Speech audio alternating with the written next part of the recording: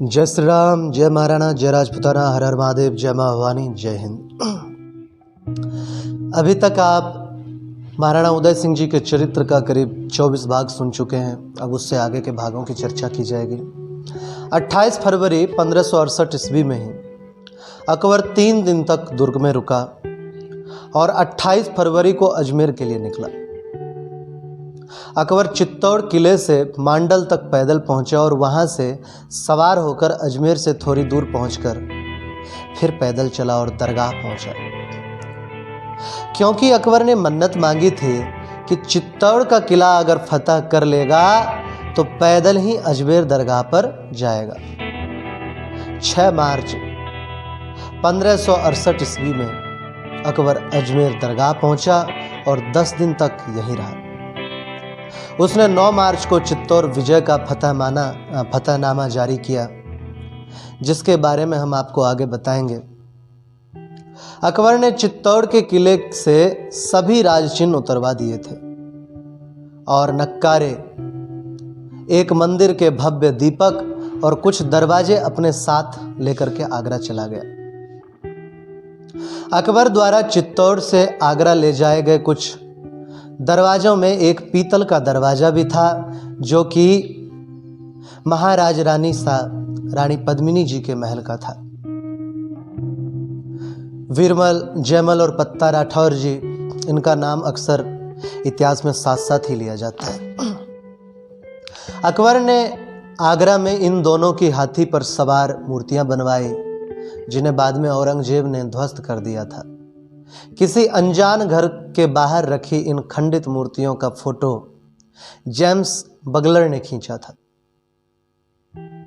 1863 ईस्वी में ये मूर्तियां दिल्ली के कूड़े करकट में मिली और वर्तमान में ये मूर्तियां दिल्ली के अजायब घर में रखी गई हैं। एक हाथी वहां के पब्लिक पार्क में रखा हुआ है और दूसरे हाथी का कुछ पता नहीं है।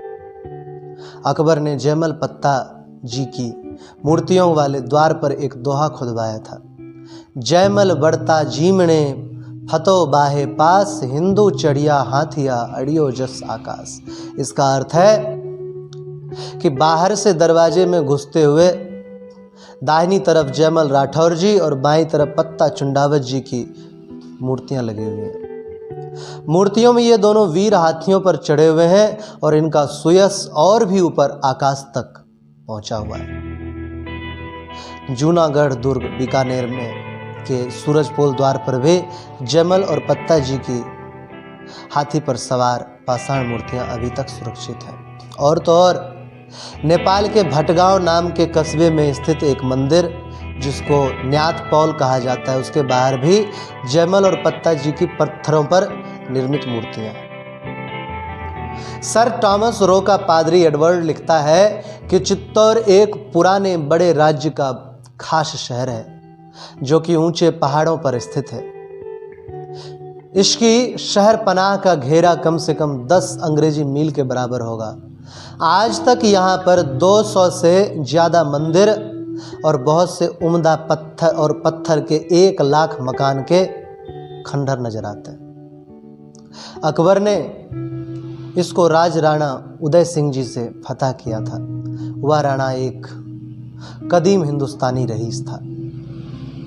मुगल फौज ने चित्तौड़ पर इस हमले में कुल तकरीबन 7500 किलो बारूद का इस्तेमाल किया था। चित्तौड़ का कत्लेआम अकबर के चरित्र पर सबसे बड़ा दाग माना जाता है और 4 महीनों तक चले इस भीषण युद्ध में करीब 30,000 मुगल भी मारे गए थे। अकबर के जीवन काल में उसे सबसे ज़्यादा फौजी नुकसान इसी युद्ध में हुआ था। इस युद्ध के बाद अकबर के दूसरे कुछ बागी शासकों ने भयभीत होकर के मुगल अधीनता स्वीकार कर ली थी, लेकिन महाराणा उदय सिंह जी अब भी अपने इरादों पर टिके हुए थे। अगर आपको हमारा बताया हुआ इतिहास पसंद आता है, सच्चा इतिहास, तो चैनल को सब्सक्राइब, लाइक, शेयर कर सकते हैं। बाकी मिलते हैं अगले वीडियो में कुछ और नॉलेज लेकर के। तब तक के लिए जय श्री राम, जय महाराणा, जय राजपुताना, हर हर महादेव, जय माँ भवानी, जय हिंद।